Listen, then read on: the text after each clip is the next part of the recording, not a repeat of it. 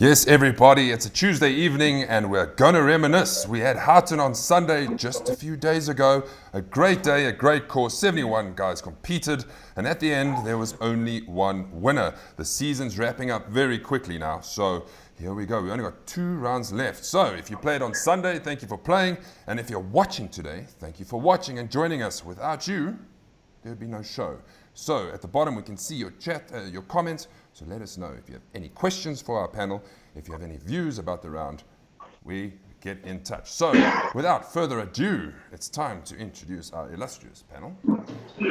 Hello everybody, here we go. Donnie Geldenes, Dylan, our coach and the champion. His first league victory, Randall. Randall, how are you first of all? Let's talk to you first.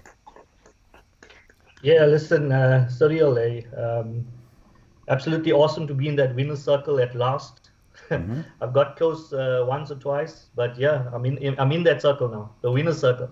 And when you say you came close once or twice, you really have come close once or twice. We go through some of his results in Series 2 because you are leading Series 2. I don't know. How are you doing in Series 1? Because you play everything. Yeah, I'm third in Series 1. Sure. So imagine you take both. That would be impressive stuff. Okay, before we get going, Dylan, it was nice to see you play such an excellent round at Houghton. We're going to go through your scorecard so you can paint a picture of what it is like to actually play golf.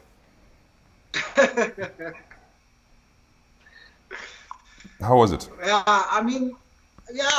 To be honest with you, Maz, if you look back at my Sunday results are never as good as my Thursday results. I really struggle a bit with the Sunday. I think it's kind of late in the week, and one of my strengths is I really concentrate and I pick good shots and good targets and stuff like that. And generally on Sundays I don't do that. I get a bit sloppy. And weirdly enough, it's kind of what happened. I teed off 10, made a sort of nice start, and then through the round, it's kind of what happened. I just made some sloppy decisions and sloppy swings, real Sunday afternoon stuff. And then the turning point actually was 3. It was a nice wind there for me on 3, and I had a really good tee shot down there. And I had an 8-iron into the green. And I had such a sloppy shot in there and should have been making an easy sort of birdie, and I made par, and I really sort of had a go at myself, and I said, you wouldn't allow your students to behave and think like this. Yeah. So I just stood on 4T with it a slightly different mindset. And I mean, it's easy to say in hindsight, obviously, but really I did. I stood on 4T and I said, listen, just stop messing around and hit the correct shot at the correct time. And about an hour later, I made 5 birdies in 6 holes. That's unbelievable. One of which was a chip in. Was a bit I don't want to say lucky, but it was a good chip. But always a bit of a bonus when you chip in. But the rest was just really good, intelligent, solid golf. And I've put a new putter in the bag on Tuesday, and that seemed to be working as well. So after hitting the correct shots, I managed to convert the putts with the new putter. So he's probably staying in the bag for a while. Okay, well, we'll go through that scorecard because we must see it. You've never seen so many red blocks in your life, if you know what the live scoring looks like. Okay, let's have a look at the results from Houghton. Here's the top 10. So if you got your name on here, well done. Randall Jetty on -2, 38 points, 550 ranking points. That actually moves you quite up the leaderboard in the player rankings. You'll be surprised where you are now. And you get 800 credits. So that's pretty much 2 rounds of golf covered by Dakhoek. Kobus Engelbrecht standing on the last, only needing to make a 7 and did not make a 7. That is sad, but that is the pressure. He said once they told him where he was, he fell apart. Luki Janssen, can you believe, gentlemen, he just continues his form and he's going to run away with this player ranking title because he's not giving us many of a chance. And look at if we remember, he was up there for a long time. Then, Robert Michael, well done, Robert. I'm waiting for your victory and the party that's going to ensue afterwards. And Dylan, nice to see you, tied 5th at even par. Kobus Skuman, well played. Richard Holman, Virgil Foster, Renat Skuman. There's a nice father and son combo in the top 10, and Peter Zakaria, and many, many more. So if you want to see the results, you go a bit down this Facebook page, and you'll see all the results are there from the week. Okay, Randall, it's your turn to tell us about your round. So take us through your scorecard. Yeah, Maz, you were, I think, filming me on the first hole, and I think after I hit my tee shot on number 1, I really thought it was going to be a long day. I think I duffed it like 50 meters and it rolled another 50. So yeah, a bad start on hole number 1. But yeah, I just stayed composed after that. And I think with obviously the review you did on Houghton, which we checked, you need to obviously leave the balls in the right place. And that's what I concentrated on. I was playing my match play game as well on the day. So there's 2 mindsets. And I think before I got here, I said, no, I'm going to concentrate on my individual score. And obviously the better ball will take care of itself if I just play well. But again, curve balls were thrown on the day, and I needed to adjust my approach. Yep. Which for me, I think helped me in the whole scheme of things. If I look back at it now, yeah, I made a bogey on 1, and then I made a great par on number 2. I blocked my driver right onto the par 5. I laid up on the tee box on par 5 and made up and down from the tee box on that second hole from the par 5 tee box. Yeah, then I made a par, and then that double. Yeah, I just got unlucky with my drive. I pulled it in the trees. I was behind the tree. Did well to make a 6. So yeah, that was good. And I think from there on that par 5 where I birdied, we were actually 1 down on our better ball. And I was giving a lot of strokes to the guys. So that's when I changed my mindset and said, guys, we need to obviously win a few holes here. So yeah, I hit my driver, great drive down. I found the right bunker, 9-iron out, and I had a sandwich in, stuck it within 4 feet, and a good birdie. Well done. On that hole. And you had 2 more birdies. And let me tell everybody that Randall was the only player to make a birdie on the stroke 1 12th hole. This I got to hear. How did this happen? Well, my favorite club, Mas, I hit it on the way trip on the first and most of the second day. My gapper. Yep, I know very well that club. My gapper of the tee had 155 to the flag, 140 to carry the water. I hit a 9-iron, perfect 9-iron straight at it. And yeah, I pitched middle of the green and just released. I think at about a 5-6 foot putt for birdie. Bang. Yeah, and drained it. That's good. That's incredible. To make a birdie on that hole is something special. Okay, I wanted to... we've got a question here from Mr. Carl van der Linde. He says here, I struggled in the greens on Sunday mainly with the pace. How did everyone else find the greens? I'll start. I thought they were pretty good. I enjoyed the roll on the greens. I didn't think they were overly fast. I thought they were better than they usually are. I say better as in, for me, they weren't overly quick. What do you guys think? Well, Maz, like for me, I always enjoy Houghton's greens. They're normally on the quicker side. So, I had actually a good day on the putting greens as well. So it's like for me, I couldn't fault them. Dylan, with your birdies, you must have had plenty 1-putts. You must have loved the greens. Yeah. I thought they were very evenly paced. But all you want is true greens, don't you? As long as they're true, it doesn't really matter what pace they are. But Houghton, and I think it's the reason why some of the scores are always a bit higher there is, obviously the greens, but they're so complex. There's such complex greens. Sometimes you're reading 7 different things because the nap's changing 4 times, and you've got a slope and then another sort of kick off a bunker, and then at the hole it's doing something else. So if you're really going to concentrate and work that stuff out, they're really fun to kind of see if you're right as the ball leaves your putter and just kind of go, oh, was all my calculations correct? And if you approach it that way, I think it's a bit less stressful, because I can imagine some guys standing on the green just really, fear brought about by the unknown. You know what I'm saying? And you can understand how that can happen at Houghton. Randall, I met up with you on the first tee to have a bit of a conversation, and then this was your first shot, so it only improved from this. So this is in slow-mo. Have a look, Dill. Does this worry you? Our setup looks good. And then look. And then yeah. Oh, it's a little short first tee nerves there, not wanting to take the club all the way back. And it's kind of a classic result when you get a bit short on the backswing, you got to lean back on the downswing because you don't have time to square the club and generate a bit of power. But Randall, obviously the score shows. 78 around there is no joke, eh? But it's just listening to him talk about stuff. Talk about flag was 155, 140 to carry. I'm hitting it here. He's just talking about all the right stuff. So he obviously knows what he's doing, and he managed to fix that little first tee jitter there. Yep. I think we all have first tee jitters, so we never make our best swing off the first tee. So as long as you know how to rectify it and manage your round, which obviously he did, there's no issues there. Paul Ricketts agrees with us. Love the greens, true and quick. And then Fricky also, greens was awesome. Okay, I want to touch on Randall Jetty because you are leading Series 2 now. You were tied with Alan Lowe as we went into it, but now you're leading. I want to show people your season so far. So you started at Royal Joburg East and nothing under 35 points, gentlemen. Look at this. Tied 14th, 35 points. You did not play Woodhill, so your one round has fallen out, so you can't miss anything. McCoflay, 35 points, you get 10th. Now, Bushwillow was the interesting one because there were 3 players who finished on tied 238 players, where Malafani took it on a countback, but you finished in the dark, so you were almost there. Almost the same scenario. Dane Fern tied 8th, South Downs tied 7th, and then you win. So that is a great season so far, Randall.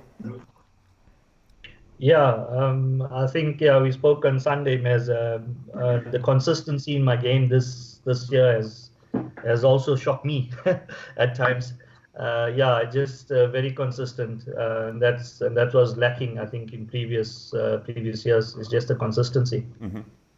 And what do you attribute? I think what I like about that, Maz, as well, is it's very different golf courses. You've got Royal East and McCoflay ball striking long courses, and then you've got your sort of more tighter technical courses, Bushwillow, and then your kind of slightly weirdy course management, chip and putt, South Downs, and he adapts at every course and puts up a good score. And then obviously at Houghton, all that sort of work and concentration paid off. So that's what's really impressive to me is all the different courses to be consistent. Brilliant. Yeah. I think a lot of people would like to be that consistent. Okay, before we go through all the stats and numbers that we all want to know, Donnie, I'm going to play a little video and then you can talk us through this. Waterworks on its way.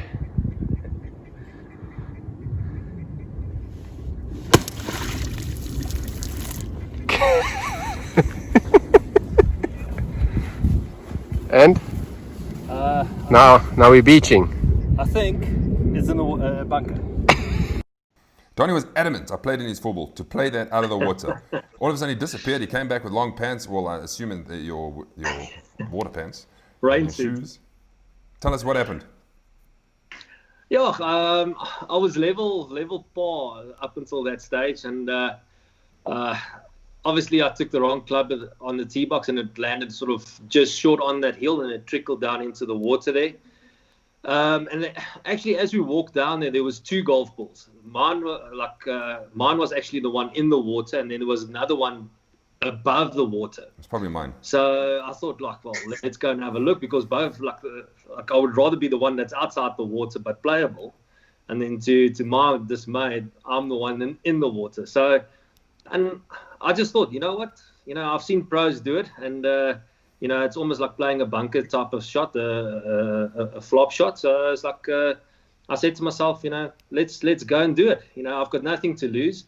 And, the goal was to try and walk off with at least, a drop, or if it's a par. And you did it. Yeah, I hit it too good. It went too long. It went into the bunker, and I almost hauled the shot out the bunker, but then I 2-putted from there for a 5. So it's still walked off with a double. But at least I gave everybody a good laugh. As you could hear, Basil laughing there. It's like while he's holding the camera. So yeah. Loving it. Okay, let's get through some stats. Course stats. This is always interesting. 1 eagle the whole day. That went to Nico Rutz, par 5, 15th. That's a great eagle. Donnie, I think you and Basil were also close to making eagles on this hole because you're both on for 2.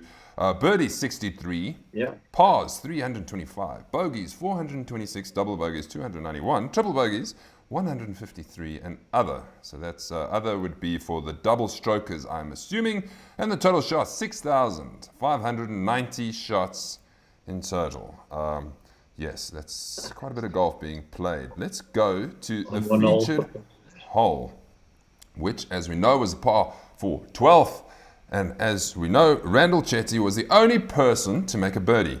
There was only 7 pars, 21 bogeys, a double bogey 18, a triple bogey would be me on the 20th. I'm one of you. So if you, whoever made a par there, it would be nice to see who's watching who made a par. Just drop us a note. And then others. Total shots 416. That's right. I was playing with Basil and hit his. What did he hit off the tee? I think he hit a 5-wood. It's 5-wood Into the water. So he got there and he said to the caddy, "Where's the ball?" The caddy went in the water. He was like, "Are you joking? What must he hit? A 7-iron?" Sure. No. Listen, And I the- played and with the Basil scary- at, sorry, Danny, I played at Basil at Dane Fun. Yeah. Just as he hits at 5-wood a mile. He was like passing my driver with that 5-wood. He hits at 5-wood a mile. Sure. Oh, the scary thing there at Houghton was he started over that tree, and it's like from that line, you don't think it's actually going to go into the water. It might finish sort of left-hand side of the fairway there, and you could just see it's like you walk down, no ball. We found all the other 3 of ours, and it's unlucky for him there just because he hit it too well. Yeah. Alan Lowe made a par, as we saw. Okay. The best 4-ball. This was the best 4-ball. I think you'll be interested to see. Only on 19 points, 18 under. Gerard Snyman. He's always gets his name up there somewhere. Nico Rutz on +3. Richard Holman an even par. And Gideon Richter on +2. So congratulations to the best 4-ball on the day. And then I always like to see who are the best gross scores, or who has the best gross scores. And many of the same faces because they are that good. But Dylan, you took it with Basil on 70, Donnie 74, Ryan Esmond 74, and Hannu Oosthuizen 76. I think that's some good golf there. Hannu could have made a 74 because he almost made a hole-in-one on the 16th. Well, as he was bragging about when he came to us, it would have been nice. I'm still waiting for somebody to make another hole-in-one. If you don't believe me, Duck Hook has how many? 6. 5 or 6 hole-in-ones in 8 years. So I think we're due one. The last one was Lukey last year at Observatory on the 11th hole, if I remember correctly. I think he was nominated for Moment of the Season. Okay, Dylan, you're up there. You have to explain this. Okay, everybody, are you ready? Cover your eyes. There's a lot of red going on here. Look at that. 4, 5, 6, 8, 9, 10. So you actually got 3 in a row twice. That's just crazy. Jeez. No, not really. We teed off 10, so I started with a birdie. And then, like I said, just kind of ambled through the day. And then the bogey on 1 started getting the blood flowing a little bit because, again, it was just poor decision-making, course management. But that par on 3 there, I know it looks like a par, but it was such a poor par. And that really kind of, I don't say fired me up, almost calmed me down in a way and said, "Listen, you gotta sort your shit out here." I just started being a little bit more disciplined after that. So so four, I just kind of made sure I hit it down the left because of that fairway, and then that flag was an absolute no-go, and that's the mistakes I've been making all day. So I hit it sort of 4 meters left of the flag, hold a nice putt. 5 hit a nice tee shot, hit it on in 2 and 2 putted. And then just kind of kept that momentum going. So just made a nice sort of 8-footer and 6. Got a bit frisky on 7 at 4 in a row. I was putting for birdie from the back of the green and then missed the one coming back. And then 8 was the same thing. I was more concerned about hitting the left-hand side of the fairway than actually anything else. So I just stood on the tee and made sure I hit as much draw spin as I could and hit it on the left-hand side of the fairway. And when I got up there, it was just short of the green, actually. I was quite surprised. So I just chipped it up and made a nice, easy birdie there. And then 9 just chipped it in from pin high left. And then, before you know it, with nothing really changing apart from being more disciplined with your targets, I looked down at the scorecard and I was like, oh, shit, okay, this has been a good hour. But it was the discipline. That's really all it was. It was just mental discipline, and stop thinking about other sort of distractions so much. And it all just kind of clicked. So, we as much as we think we know about the game, I think we learn every time. I was thinking about watching Donnie hit that water shot, and he didn't achieve anything that particular time, but maybe he's learned something, and the next time he needs to do it, it might count for something, and he's learned from what what water feels like, and one day somewhere that he'll have learned something that'll help, and that's what this game is all about. Gentlemen watching, we've got great golfing brains here because you don't shoot scores like that, Dylan, and you don't be as consistent as Randall, and you don't play also as consistent as Donnie without having something in between the ears. I agree with you 100%, Paul Ricketts. That is a BA credit fine for our group, Dylan. So when you get off here, you tell somebody to have a credit fine because that's unbelievable. Okay, let's move on. Let's move on to the pins for the day. Right, par 3 ninth was Janko Dre. He was a debutant on the day. He made the close to the pin. He stayed afterwards, a nice chap. So I'm sure we'll see him plenty. And then Reynolds Skuman closest in 2 on the par 4 8th. And then, as I mentioned, Anu almost nailing a hole in 1 on the par 3 16th. Probably, 10 inches away. Yes, right. Then let's move to the groups. Here we go. If you remember, I grouped everybody kind of on handicaps. So, Group A, Paul Ricketts takes Group A. So, if you went for Paul Ricketts, well done, on +5. So, a lot of, I would say, struggling in this group. But there you go, Randall. You were in a group. And obviously, if you're going to win the tournament, you're going to win the group. So, well done to you, Randall. And then also, Dylan, well done to you. Even par, you winning Group C. So, like I mentioned, esteemed guests today. Let's go to the second page. Group D, Robert Michael finishing -1. So close, so close. Frikkie Barnard, he can't stop winning things on +3. So he's won his little virtual group. And then Marty Becker takes Group F. So if you've chosen these guys, well done. Randall, let's quickly ask you, looking forward, you've got 2 more rounds to go. What is the game plan? Let me show you this quickly. Let me show you. This is the standings. You've now got an 8-point lead. That should be a lot in your consistency. You're really going to have a bad game. Talk us through what you're thinking. Yeah, listen, for me, just too much of the same as I was doing. I'm just, as I said, to get here and being this consistent, I just want to keep it going for the next 2 games. Hopefully, I can hold my nerve. And yeah, for the next 2 games, I think the next one is at Ibotsi. And then Germiston. And Germiston, correct. Germiston, yeah. Listen, Ibotsi taught me a lesson at the last game. Yeah. So I must have my game on song there. It really taught me a lesson the last time I played there. But yeah, just keep it consistent. That's all it is. That's it, and lift the trophy afterwards. Okay, I want to go back to this graphic quickly just to show you Alan Lowe on 209 points. Remembering it's the lowest of. So Alan was on somewhere there on that score. So I think this was like his lowest score. So that fell out. Luki Janssen, 208. Jason Ivans, 205. Dean Sherman, 199. Brayton, just behind him by 2 points on 197. And then Frikkie moving his way up. Martinez with a good round moving up. Ryan moving up. And Graham de Villiers moving up. Yes, so it's good to see that it's so tight. It's just this last game that you have pulled out a bit of a lead there, Randall. Okay, finally we're going to end off with the player rankings because it's really coming to crunch time now. What's happened? Yes, Lukey finished tied second, so he got more points to add to his average. And now he's on 132.89 points. The next time we come on, Fats will be with us and he'll go through how this all works again, because once you've played more than 16 events, you get a few bonus points for every time you compete. Earwald's moved up in the rankings to 121 points. And then Frikkie, there you are on 118. Randall, I said you had moved up, and there you are. You're now fourth. Another win could change things, definitely, and we still got a major to go, and you're still in that team knockout. So you got a lot of points that you could bag. And Low drops a little bit. Ruben drops a little bit. Hanu and everybody. Paul stayed the same. Fats came in because other averages went out. So Fats is back into the top 10.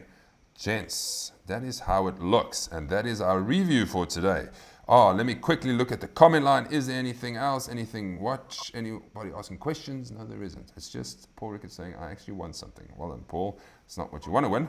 But like Randall, he eventually took the trophy home. Okay. Donnie, all we have to do is look forward. Another game coming at Glen Vista.